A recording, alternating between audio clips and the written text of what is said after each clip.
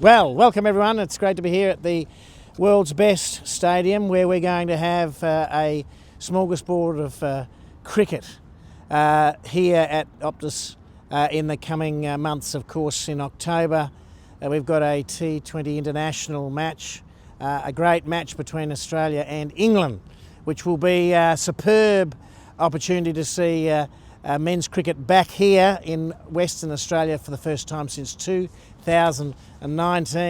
And then of course that's followed up with our magnificent season of T20, the World Cup T20. And that is going to be absolutely spectacular. We're going to have international teams playing in the T20 World Cup here in Perth at Perth Stadium. And in November, on November 30, we have got the test match between Australia and the West Indies, the first test here at Optus Stadium. Tickets for that will go on sale today from 1 p.m. Along with that international T20 match. And what a magnificent smorgasbord of cricket that is for West Australian fans, for Australian fans, and of course for visitors to our state. We're looking forward to seeing this brilliant stadium here at Optus packed with fans to just enjoy a magnificent cricket experience. I'm very pleased and proud that Christina Matthews from the WACA and of course Ash Agar, one of our magnificent players, is here with us to launch what will be a magnificent series of cricket for cricket fans. And we welcome and encourage everyone to book their tickets early. Don't miss out. It's going to be brilliant. I'll hand over to Christina. Thanks very much, Minister. Yeah, it's very exciting to finally get to tickets on sale day. There's been a change in the schedule, as you all know, with we're now starting our international season with a T20 against England on the 9th of October, which will be a fantastic lead-in to the World Cup, and then, of course, the test match against the West Indies on the 30th of November. And we just appeal to all Western Australians to come out and support the season. It's actually the first time we'll actually get to see Cameron Green playing for Australia, and he's been playing for 2 years, so a really good opportunity to see one of Australia's most exciting players, homegrown Western Australian, playing in that test match, and hopefully other Western Australians will be selected as well. But it's been a tough 2 years for us with no content, but there's no better year to be starting having content again with everything that's going on this year, and nothing in sight that looks like it could take it off us. So we should be home and hosed. So I'll hand over to Ash, unless you want to do questions first. Okay.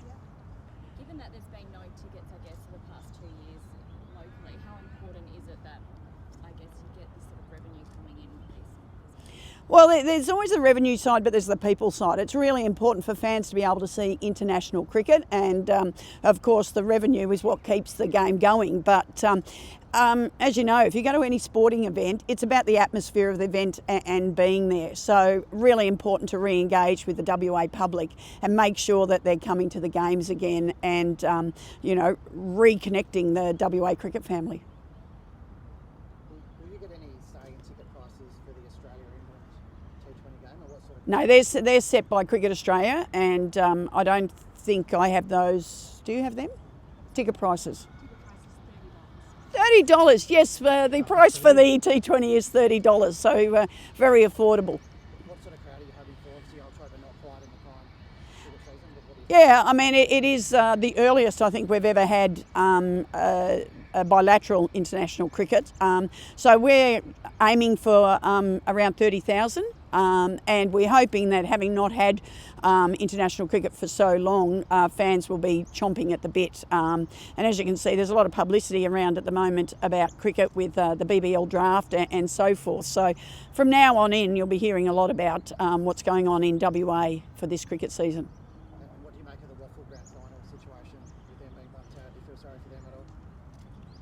I don't think I can say no, but that's the nature of the contract arrangements. We take over the contract on the 1st of October, and normally that wouldn't be a problem, but with the scheduling the way it is, we can't afford to let football go any longer. So I think sports are used to being able to sort of manage on the edges. So I think it's probably something the WAFL were always aware, given the lateness of their season, that if anything happened with cricket, it would be difficult. Ash, jump in, mate. Anyone? How are you travelling injury-wise? Not bad. I think it's 5 weeks today, almost, since I did it. It's going pretty well. It's a lot stronger than what it was. I've started batting properly. I've had my first little light bowl today. Running and everything's going really well, so I'll be absolutely fine for the top end series that's coming up. Just hope I don't do it again, because it's not a fun injury. How frustrating was it to watch left-arm finger spinners running amok on those pitches? Yeah, I know. It was unbelievable. It was paradise for spinners out there, but I've played long enough now, and I've been injured enough to know that you can't get too caught up in that stuff. Probably sitting there on the first day seeing the ball spin miles was a bit frustrating, but after that I moved on pretty quickly and just focused on trying to get the side better, because that's literally all I can do now, is just try and get the side better, try and get my skills even better than what they were before, and come back better next time. Simple as that. Were you expecting to be in the Test 11 before that injury? I think I would have been a pretty good chance.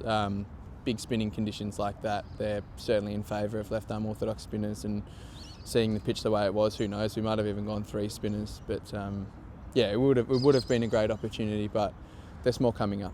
So India, I suppose, is looking pretty large for you now? Yeah, that'll be a great series. I'd love to play a test match over in India. I love watching cricket over there. It's the best cricket to watch.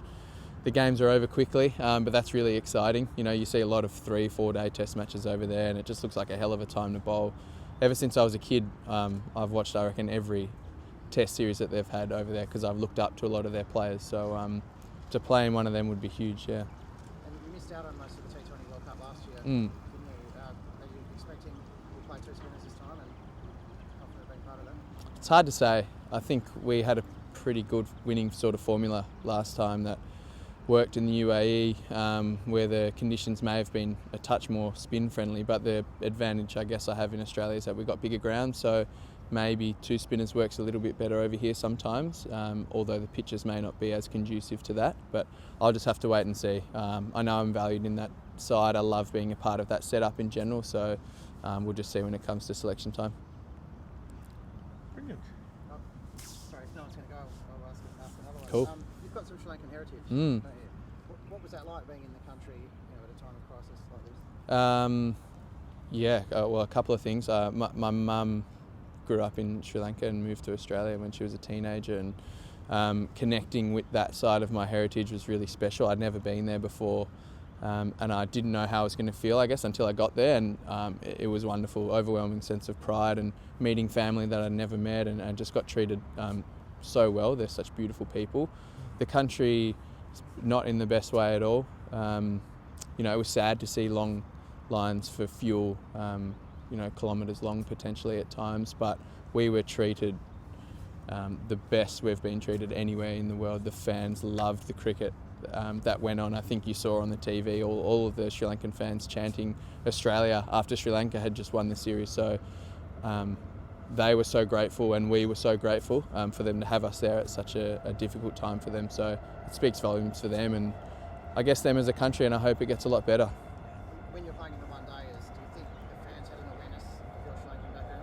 Yeah, they did. Early on, I did an interview with Russell Arnold, and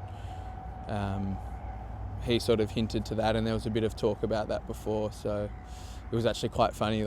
As soon as some of the hotel staff worked out that I had Sri Lankan heritage, they were always coming up to my wife and I asking what we wanted. Did I want certain food? All of this stuff. And just going to lunch with extended family that was over there, connecting with that side. Yeah, really special. Get some of the boys into the local food and stuff? Yeah, well, a lot of them had been there more than I had, so they've all had a lot of the food. But yeah, there were some things that I remember, like my grandmother cooking, the smells of it, like string hoppers and egg hoppers. These certain foods that are delicious. I made sure the boys got stuck into them.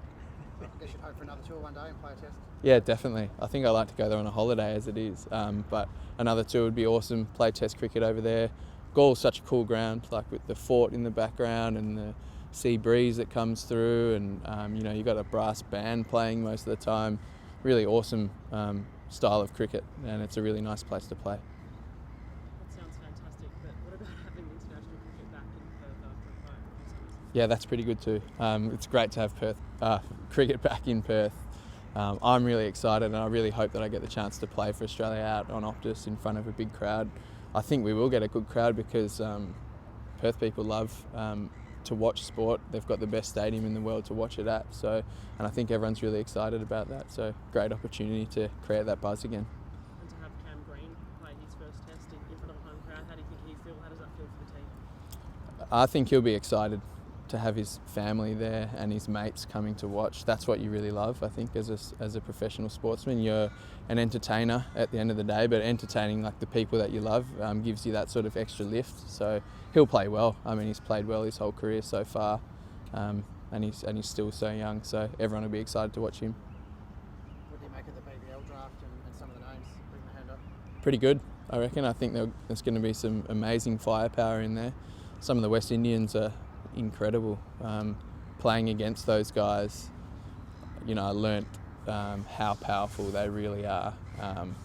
There's going to be some big balls hit in the Big Bash, I would say. So, we'll get some really strong internationals in, I think, this year with that increase in the salary for the overseas players. So hopefully that works really well. Last one. How are you going with that ball you had that went the other way last summer? You used a little bit. Is that going on? Yeah, it's going well. I used it plenty in the Big Bash, got a couple of wickets with it. I've just got the confidence to bowl it now out in the middle. It gives me a little bit more variation, makes me less predictable, because that's kind of the death of spin bowlers in T20 cricket is predictability. So anything I can do to be less predictable. So that one, and then working on another one as well, but I'll keep that in the pocket. I don't think an Australian finger spinner has had a Karen ball or something for decades. Is that something you've had in mind for a while to try and bring that? Yeah, like I never wanted to be like this Australian spinner in that Australian mould of spin bowling. I looked up to Indian and Sri Lankan spin bowlers growing up because they did different things. I think my strength is variation, mixing it up, changing my pace, not doing the same thing twice, which maybe sometimes works against you in the red ball format in Australia because the pitches aren't so receptive to spin. But there's a bit of a gap there, and I'll try and fill that. It's not the Ashes, but you play England here in a T20. Do you think the rivalry will still be the same? Definitely. It's always a good game against those guys. I mean, they're an unbelievable T20 side. They're an unbelievable cricket team, as it is at the moment. You see now they're playing Test cricket, so they're going to play an entertaining brand of T20 cricket. We're as good as we've ever been in T20 cricket at the moment, so that'll be a red-hot game. The pitch is so good out here, and the outfield's so fast, and we've seen that in the Big Bash, so that'll be a hell of a spectacle.